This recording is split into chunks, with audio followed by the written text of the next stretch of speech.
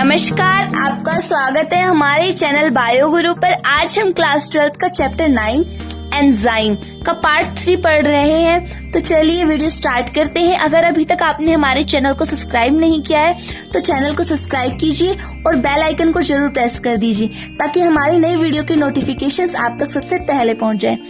तो आज का हमारा टॉपिक है नोमेनक्लेचर ऑफ एंजाइम, यानी एंजाइम की नामकरण पद्धति।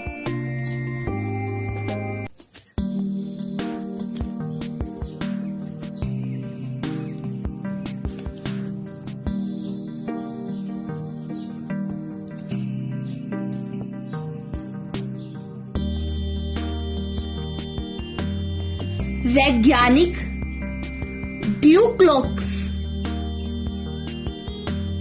ने 1833 में बताया कि एंजाइम के नाम के अंत में एंजाइम जो है उसके नाम के लास्ट में हमें एज सफिक्स यानी जो लास्ट में जुड़ता है, हिंदी में बोले तो प्रत्यक्ष लगाया जाता है। एंजाइम की नामकरण पद्धति को दो प्रकार के आधार पर वर्गीकृत किया गया है। फर्स्ट है क्रियाधार के आधार पर, मीन्स सबस्ट्रेट के आधार पर। सबस्ट्रेट कह सकते हैं, क्रियाधार कह सकते हैं, इसे हिंदी में क्रियाधार कहते हैं।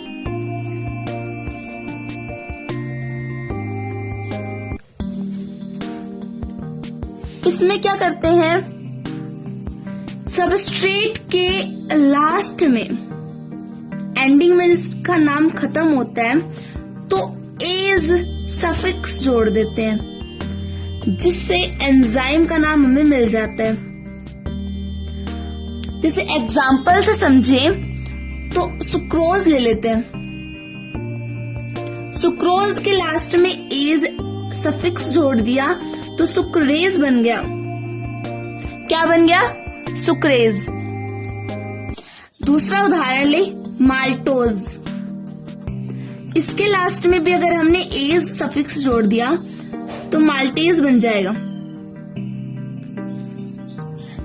अब इसकी डेफिनेशन सुनिए। इसके अनुसार क्रियाधार यानी सबस्ट्रेट के अंत में एज सफिक्स लगा देते हैं तो उस एंजाइम का नाम बन जाता है जो उस सबस्ट्रेट को उत्प्रेरित करता है।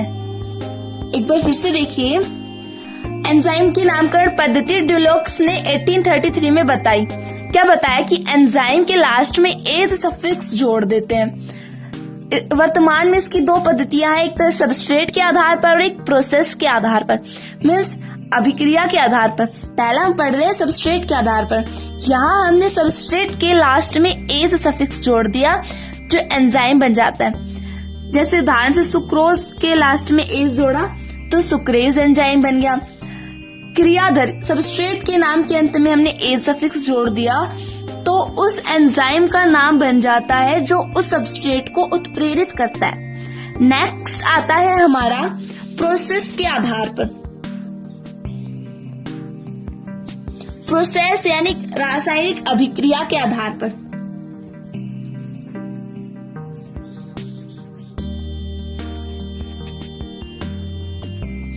रासायनिक अभिक्रिया के आधार पर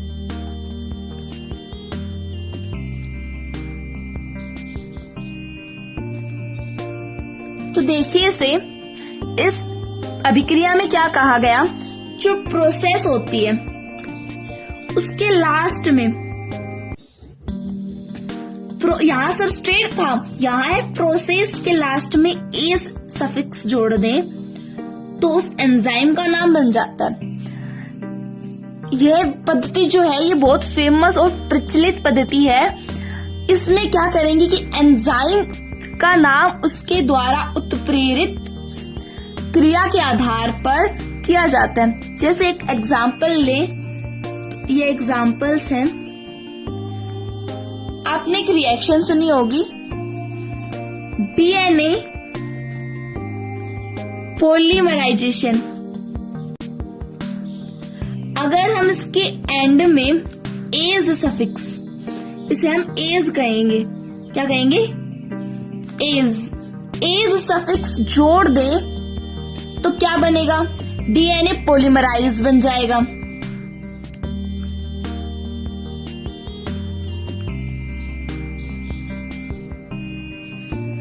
यानी डीएनए पॉलीमराइजेशन को कौन सा एंजाइम उत्प्रेरित करता है, तो उसका नाम बन गया डीएनए पॉलीमराइज एंजाइम।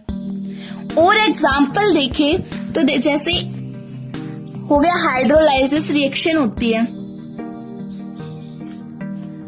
यानी जल अपघटन, उसके लास्ट में एज सफिक्स जोड़ देंगे तो क्या बन जाएगा, हाइड्रोलाइसिस।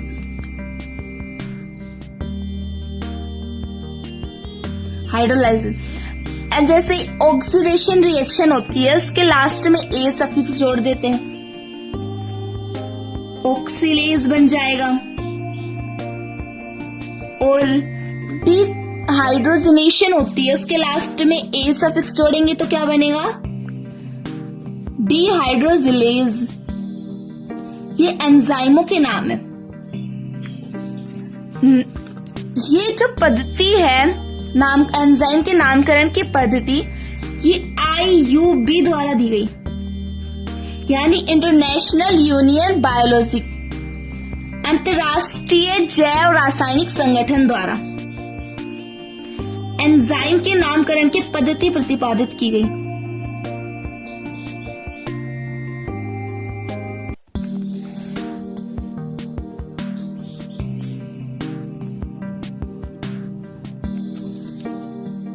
इसके अनुसार एंजाइम का नाम और अभिक्रिया जिसे वह उत्प्रेरित करता है, किसका नाम, एंजाइम नेम, और वो प्रोसेस जिसे एंजाइम उत्प्रेरित करता है उसका समावेश होना चाहिए, यानी दोनों होने चाहिए उस नाम के अंदर, ताकि उस सबस्ट्रेट और प्रोसेस और अन्य जो इंफॉर्मेशन होती है उनका पता लगाया जा सके। जैसे एक एग्जाम्पल में देखते हैं कैसे पता चलेगा, हेक्साकाइनेज का मानक नाम है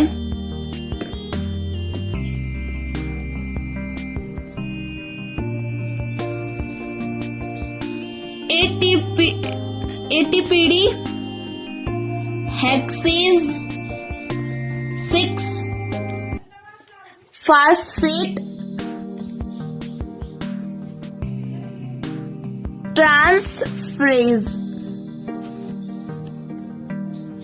एक बार फिर से देखिए, अभिक्रिया के आधार पर किस प्रकार से एंजाइम का नामकरण किया जाता है। इस अभिक्रिया में प्रोसेस के एंड में एज सफिक्स जोड़ देते हैं, जिससे हमें एंजाइम का नाम पता चल जाता है। जैसे एक रिएक्शन है डीएनए पॉलीमराइजेशन के लास्ट में ए सफिक्स जोड़ दिया तो डीएनए पॉलीमराइज एंजाइम बन गया। यानी डीएनए पॉलीमराइज एंजाइम जो है वो डीएनए पॉलीमराइजेशन प्रोसेस को कैटलाइज्ड करता है, उत्प्रेरित करता है। एक बताया हाइड्रोलाइसिस के लास्ट में एज एंजाइम जोड़ दिया तो हाइड्रोलेज एंजाइम बन गया। और ऑक्सीलेज, डिहाइड्रोजिलेज, ये इसके एग्जाम्पल है।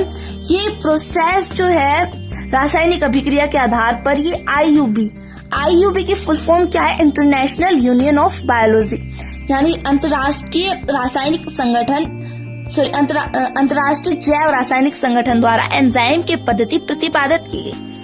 इससे में एंजाइम के नाम और जो एंजाइम उस प्रोसेस को उत्प्रेरित करता है उसका नाम होना चाहिए। क्यों होना चाहिए, ताकि हमें उसके सबस्ट्रेट, प्रोसेस और मोस्ट इम्पोर्टेंट अदर्स इंफॉर्मेशन का पता लग सके। एग्जाम्पल में है हेक्साकाइनेज का मानक नाम है ATPD हेक्सेज 6 फास्फेट ट्रांसफरेज। अब हम पढ़ेंगे क्लासिफिकेशन ऑफ एंजाइम।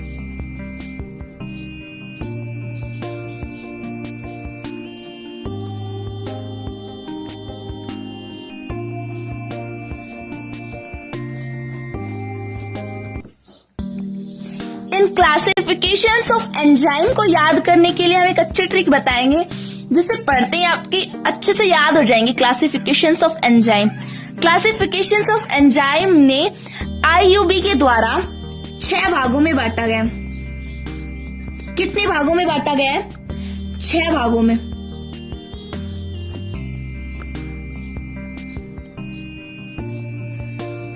इसकी ट्रिक है ओवर द हिल।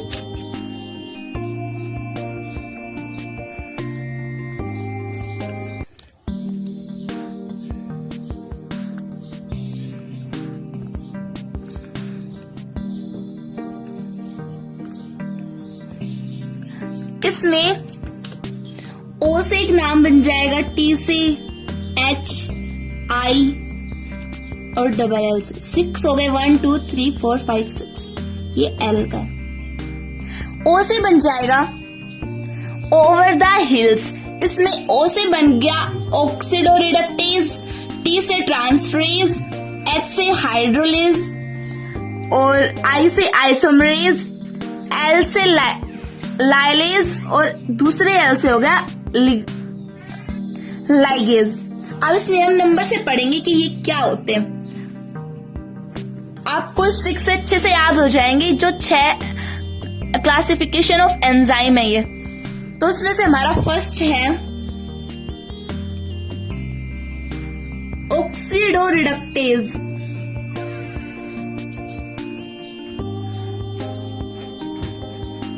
इसमें यू नहीं आएगा, मैंने गलती से यू लगा दिया था।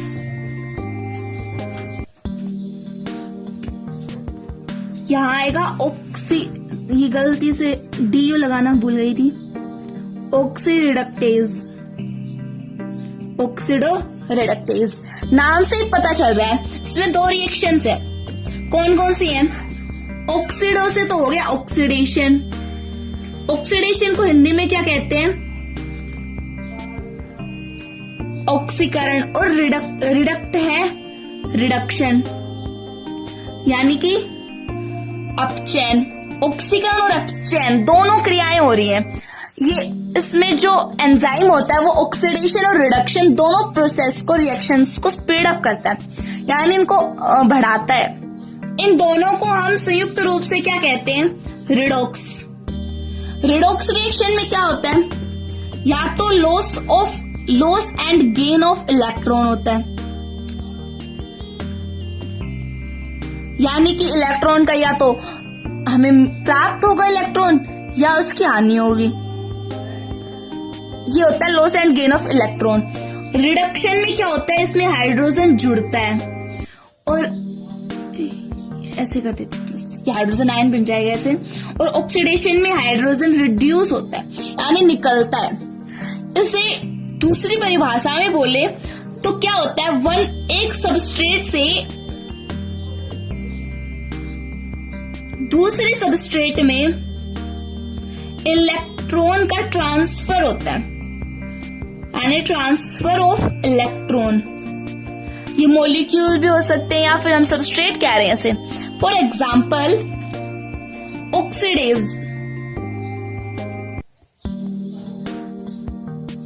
सेकेंड है डिहाइड्रोजनेज।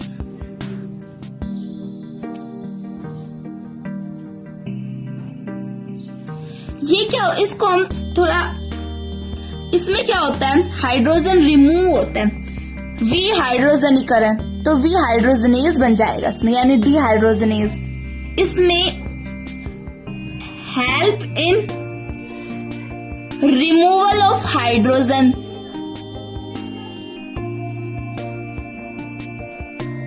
यानी हाइड्रोजन का निष्कासन होता है इसमें। विहाइड्रोजनीकरण कहते हैं इस रिएक्शन को। यानी इसमें क्या होता है? हाइड्रोजन का निष्कासन होता है, निकलता है हाइड्रोजन। किस एंजाइम के द्वारा? डिहाइड्रोजनेज एंजाइम के द्वारा। और इसके और भी एग्जाम्पल हैं, जैसे फोटोसिंथेसिस और रेस्पिरेशन जो प्रोसेस होती है उनमें भी ट्रांसफर ऑफ इलेक्ट्रॉन होता है। फोटोसिंथेसिस एंड श्वसन या प्रकाश संश्लेषण या श्वसन रेस्पिरेशन। और एक एग्जाम्पल हो रहा है रिडक्टेज। और कई एग्जाम्पल्स उसके एग्जाम्पल्स और उसके नोट्स आपको डिस्क्रिप्शन बॉक्स में मिल जाएंगे। नेक्स्ट आता है ट्रांसफरेज,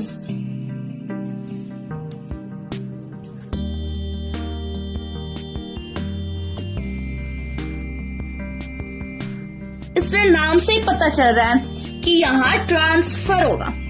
ट्रांसफर मीन्स स्थानांतरण। किसका होगा? स्पेसिफिक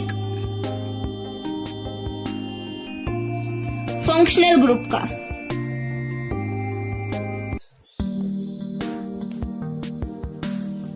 स्पेसिफिक फंक्शनल ग्रुप का ट्रांसफर होगा एक मॉलिक्यूल से दूसरे मॉलिक्यूल में, यानी एक अणु से दूसरे अणु में, या सबस्ट्रेट कह सकते हैं, एक क्रियाधार से दूसरे क्रियाधार में विशिष्ट जो फंक्शनल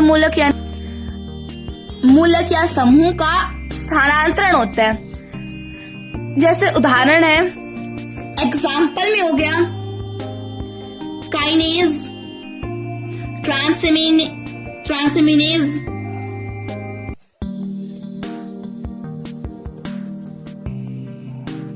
और methyl thiol ketone, phosphate amino, ये इसके एग्जाम्पल है। ट्रांसएमीन्स में क्या होता है? यहाँ पे एमिनो का यानी एमीन्स का ट्रांसफर होता है एक सबस्ट्रेट से दूसरे सबस्ट्रेट में। और काइनेज में क्या होता है? फास्फोराइलेशन होता है, इसकी हेल्प करता है, फास्फोराइलेशन होने में हेल्प करता है काइनेज एंजाइम। नेक्स्ट आता है हमारा थर्ड नंबर पे आता है हाइड्रोलिसिस, हाइड्रोलेज। इसमें क्या होता है? नाम से पता चल रहा है, हाइड्रोलेज यानी हाइड्रोलाइसिस। इसको हिंदी में कहते हैं जल अपघटन, यानी जल का टूटना। इसमें क्या होता है? इसमें वो एंजाइम आते हैं जो जल के अणुओं को तोड़ते हैं, जल को अणुओं में तोड़ते हैं, ये जल के अणुओं को तोड़ते हैं। हाइड्रोलाइसिस में क्या होता है? जल अपघटन होता है, मतलब जल का टूटना। जल के अणुओं का टूटना किसमें होता है? हाइड्रोलेज में। फॉर एग्जाम्पल, जैसे एमाइलेज एंजाइम है, ये हाइड्रोलाइसिस ऑफ कार्बोहाइड्रेट करता है। किसका जल अपघटन करता है? कार्बोहाइड्रेट का। ओके, हाइड्रोलाइसिस मीन्स क्या होता है? Lysis means breaking down bond, यानी बॉन्ड का टूटना। बॉन्ड ब्रेकिंग हो जाते हैं, टूट जाते हैं, ब्रेकिंग डाउन होता है बॉन्ड का। और हाइड्रो मीन्स क्या होता है? यहाँ पे हाइड्रो जो होता है उसमें यूजिंग वाटर होता है, यानी वाटर तो डेफिनेटली होना चाहिए। हाइड्रो से नाम से पता चल रहा है कि जल का अपघटन हो रहा है, जल के जो बॉन्ड होते हैं वो टूट रहे हैं। एमाइलेज एंजाइम में क्या होता है? Hydrolysis of carbohydrate. और कुछ ऐसे एंजाइम भी होते हैं जो बॉन्ड को जोड़ते हैं, सॉरी जोड़ते नहीं, मतलब उनको तोड़ते हैं। फॉर एग्जाम्पल एक और है प्रोटीज एंजाइम। प्रोटीज एंजाइम में किसका हाइड्रोलाइसिस होता है? प्रोटीन का हाइड्रोलाइसिस होता है, प्रोटीन का जल अपघटन होता है। एक बार फिर से देखिए, हाइड्रोलेज में कौन कौन से एंजाइम आते हैं? वे एंजाइम आते हैं जो जल के अणुओं को तोड़ते हैं, यानी इनमें जल अपघटन होता है। हाइड्रोलाइसिस रिएक्शन प्रोसेस होती है। हाइड्रोलाइसिस में क्या होता है? मतलब वाटर जरूरी होता है, यूजिंग वाटर। हाइड्रो मीन्स होता है यूजिंग वाटर, और लाइसिस मीन्स होता है ब्रेकिंग डाउन बॉन्ड, यानी बॉन्ड का टूटना, बंध का टूटना। इसमें जल के अणु टूट जाते हैं। एग्जाम्पल में एमाइलेज एंजाइम है, वो कार्बोहाइड्रेट का जल अपघटन करता है, और प्रोटीज एंजाइम है वो प्रोटीन का जल अपघटन करता है। कई एग्जाम्पल हैं, और जैसे न्यूक्लियस एंजाइम और कार्बोहाइड्रेट एस्ट्रेज, माल्टेज एक्सेट्रा, कई एग्जाम्पल हैं इसके। नेक्स्ट आता है हमारा 4th नंबर आइसोमेरेज। कौन सा आता है? आइसोमेरेज। आइसोमेरेज मीन्स क्या होता है, पहले ये समझेंगे। आइसोमेरेज यानी समावयवी। आइसोमेरेज में आपने पढ़ा ही होगा क्लास 11th में। आइसोमेरेज मीन्स होता है समावयवी। इसमें क्या होता है, ये आइसोमेरेज बनाने में हेल्पफुल एंजाइम होते हैं।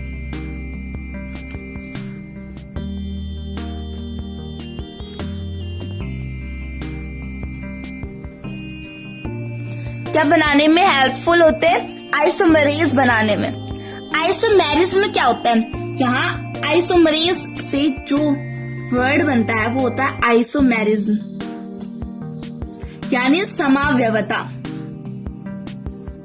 समावयवता क्या होता है, इसमें जो केमिकल फॉर्मूलाज होते हैं यानी रासायनिक सूत्र होते हैं वो तो समान होते हैं, सेम होते हैं, लेकिन जो स्ट्रक्चरल यानी संरचनात्मक सूत्र होते हैं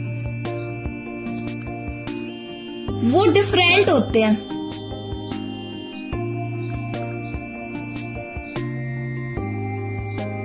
स्ट्रक्चरल फॉर्मूला डिफरेंट होने के कारण इसकी फिजिकल प्रॉपर्टीज भी अलग हो जाती हैं। कौन सी प्रॉपर्टीज? भौतिक गुण, फिजिकल प्रॉपर्टीज डिफरेंट हो जाती हैं। केमिकल फॉर्मूला सेम है लेकिन जो स्ट्रक्चरल फॉर्मूला होता है वो अलग होता है, जिस कारण फिजिकल प्रॉपर्टीज भी अलग हो जाती है। इसे ही हम कहते हैं आइसोमेरिज्म, समावयवता। इसमें क्या होता है, जैसे कोई सबस्ट्रेट है या कोई मॉलिक्यूल है, अणु है, उसके जो बॉन्ड होते हैं वो ब्रेकिंग हो जाते हैं, ब्रेकिंग डाउन यानी टूट जाते हैं। टूटने के बाद तो जो बॉन्ड है वो टूट जाते हैं, उनका अरेंजमेंट बिगड़ जाता है, जिससे वो रीअरेंज होते हैं। रीअरेंज यानी पुनर्विन्यासित होते, पुनर्व्यवस्थित होते हैं, जिससे आइसोमर्स बनते हैं। क्या बनते हैं? आइसोमर्स यानी समावयवी बनते हैं। एक बार फिर से देखिए, आइसोमरेज ये इसमें वो एंजाइम आते हैं। आइसोमरेज है वो आइसोमरिज्म से तो बहुत रिलेटेड है।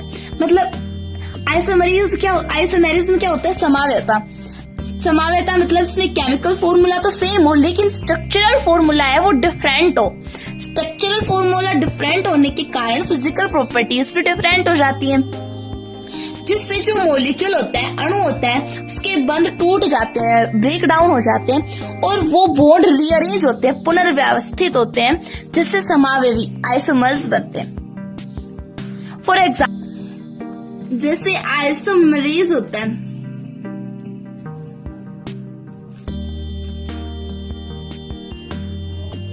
ग्लूकोज आइसोमरेज में, ग्लूकोज आइसोमरेज में ग्लूकोज जो होता है उसका आइसोमरेज यानी उसका समावयवी क्या होता है? फ्रक्टोज। और फ्रक्टोज का समावयवी होता है ग्लूकोज। फॉर एग्जाम्पल एक हो जाता है फास्फोहेक्सा, ये भी एग्जाम्पल ही था।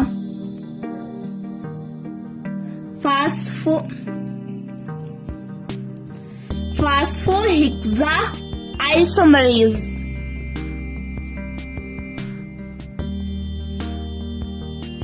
इसमें फ्रक्टोज का समावयवी ग्लूकोज और ग्लूकोज का आइसोमरेज यानी समावयवी फ्रक्टोज होता है। नेक्स्ट आता है नंबर 5, लाइलेज। क्या आता है? लाइलेज। इसमें क्या होता है? ये हाइड्रोलाइज से थोड़ा मिलता जुलता है। इसमें हमने क्या पढ़ा था, हाइड्रोलाइजेज होता है, यानी इसमें जल के अणु होते हैं, वो हाइड्रोलाइजेज प्रोसेस होती है इसमें। लेकिन लाइलेज में क्या होता है, इसमें हाइड्रोलाइजेज यानी जल अपघटन, हाइड्रोलाइजेज एंड ऑक्सीडेशन यानी ऑक्सीकरण अभिक्रियाएं नहीं होती हैं। इसके अलावा इन दोनों से डिफरेंट रिएक्शन एक्ट करती है। कौन सी रिएक्शन? डिफरेंट रिएक्शन एक्ट करती है, यानी कार्य करती है। इसमें जो सबस्ट्रेट होता है यानी क्रियाधार, हमें हिंदी के साथ साथ इंग्लिश जानना भी बहुत जरूरी होता है, क्योंकि आगे हम बड़ी क्लासों में पढ़ेंगे तो हिंदी बहुत कम आती है, इंग्लिश का ही ज्यादा यूज होता है। सबस्ट्रेट होता है वो उसके जो कोवैलेंट बॉन्ड, कोवैलेंट बॉन्ड यानी सहसंयोजी,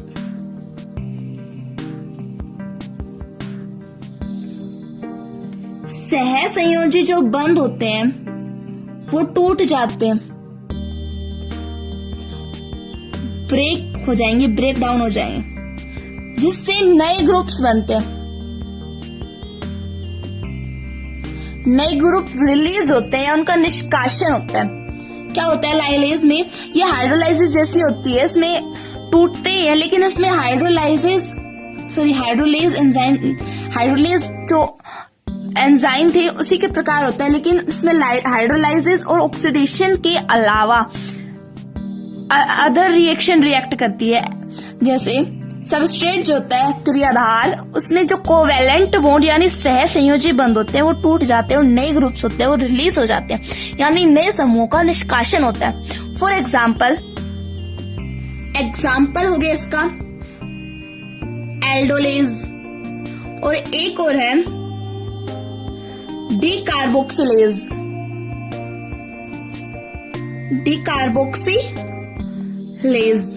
डीकार्बोक्सिलेज में क्या होता है, रिमूवल ऑफ कार्बोनिल कंपाउंड। क्या होता है, रिमूवल ऑफ कार्बोनिल कंपाउंड या carbonyl group and release CO2 या फॉर्म CO2।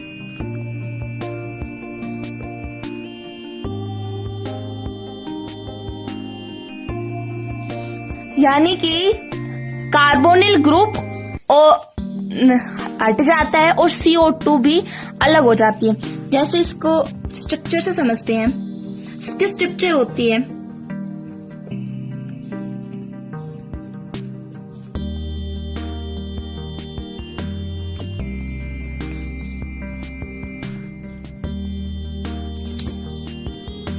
ये पायरुवेट एंजाइम है जो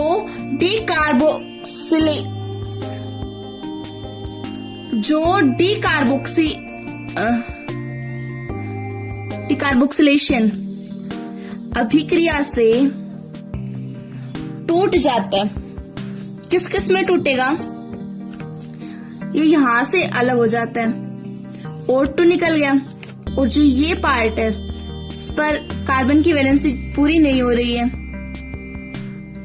तो एक हाइड्रोजन आकर जुड़ जाएगा और उसकी पूरी हो गई, ये यहां से डबल बॉन्ड इस प्रकार जुड़ जाएगा। ये तो बन गया एसिटाल्डिहाइड और CO2 रिलीज हो जाता है। इसमें एक कीटोन हो गया बीच में, सी पर डबल बॉन्ड के रूप में O लग रहा है, कीटोन का होता है, और यहाँ पे कीटोन के अलावा कार्बन पर सीधा एक हाइड्रोजन भी जुड़ा होता है, उसे कहते हैं एल्डिहाइड ग्रुप। तो ये निकल गए HCO2 और एसिटाल्डिहाइड। नेक्स्ट एक बार फिर से पढ़ लेते हैं इसे। लाइलेज यानी इसमें हाइड्रोलाइसिस और ऑक्सीडेशन के डिफरेंट रिएक्शन एक्ट करती हैं, अलग क्रियाएं होती हैं इन दोनों के अलावा। इसमें जो सबस्ट्रेट होता है उसके कोवेलेंट बॉन्ड ब्रेक हो जाते हैं और नए ग्रुप्स रिलीज होते हैं, यानी क्रियाधार के जो सहसंयोजी बंध होते हैं वे टूट जाते हैं और नए समूहों का निष्कासन होता है। इसके एग्जाम्पल है एल्डोज और डीकार्बोक्सिलेज।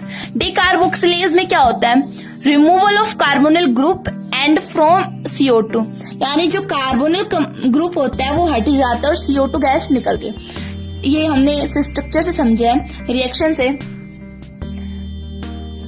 ये बना लिया हमने पायरुवेट एंजाइम, जो डीकार्बोक्सिलेशन रिएक्शन हो रही है इसमें CO2 और एसिटाल्डिहाइड रिमूव हो गए, CO2 गैस निकल गई और एसिटाल्डिहाइड है वो भी रिमूव हो गया।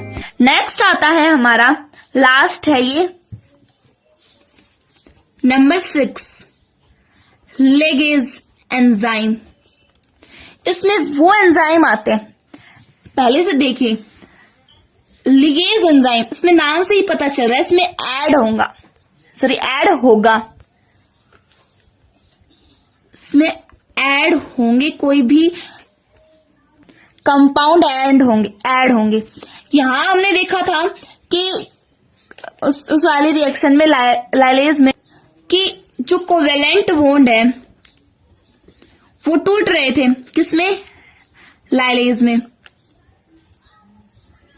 लेकिन लिगेज में क्या होगा, कोवेलेंट बंध जो होते हैं वो जुड़ जाते हैं, किसके साथ? कंपाउंड्स के साथ ऐड हो जाएंगे, ज्वाइन हो जाएंगे, जिससे नए कंपाउंड बनते हैं।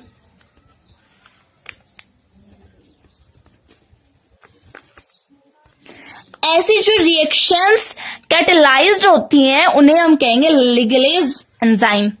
फॉर एग्जाम्पल, इसका एग्जाम्पल में आ गए DNA polymerase, citrate synthetase, pyruvate carboxylase etcetera, कई एग्जाम्पल्स हैं इसके। एक बार फिर से देखिए, लिगेज एंजाइम में क्या होता है, इसमें वे एंजाइम आते हैं, यानी कि ये कह सकते हैं एक मॉलिक्यूल और दूसरा मॉलिक्यूल जुड़ जाते हैं और कंपाउंड बना लेते हैं। कौन से बॉन्ड से जुड़ते हैं? कोवेलेंट बॉन्ड से जुड़ जाते हैं। ओके, जिससे जो कैटलिस्ट इसे कैटेलाइज्ड कर रहा है उन्हें कहेंगे लिगेज एंजाइम। जैसे एक एग्जांपल और देखें, दहन होता है यानी कंबशन होता है, जिसमें छोटे छोटे जो मॉलिक्यूल हैं वो मिलकर के बड़े हो जाते हैं। इस रिएक्शन को जो कैटलिस्ट कैटेलाइज्ड करते हैं उन्हें कहते हैं लिगेज। इस रिएक्शन में ATP यूज हो जाती है, रिमूव नहीं होती, यूज हो जाती, यानी एंडोथर्मिक रिएक्शन होती है इसकी तरीके से बोले तो केमिस्ट्री के हिसाब से। और ATP रिमूव किसमें होती है? वो रिएक्शन है हाइड्रोलाइजेज। इस हाइड्रोलाइजेज में जो बॉन्ड ब्रेक डाउन होते हैं तो उनसे एनर्जी रिलीज होती है। हाइड्रोलाइज में तो एनर्जी रिलीज होती है और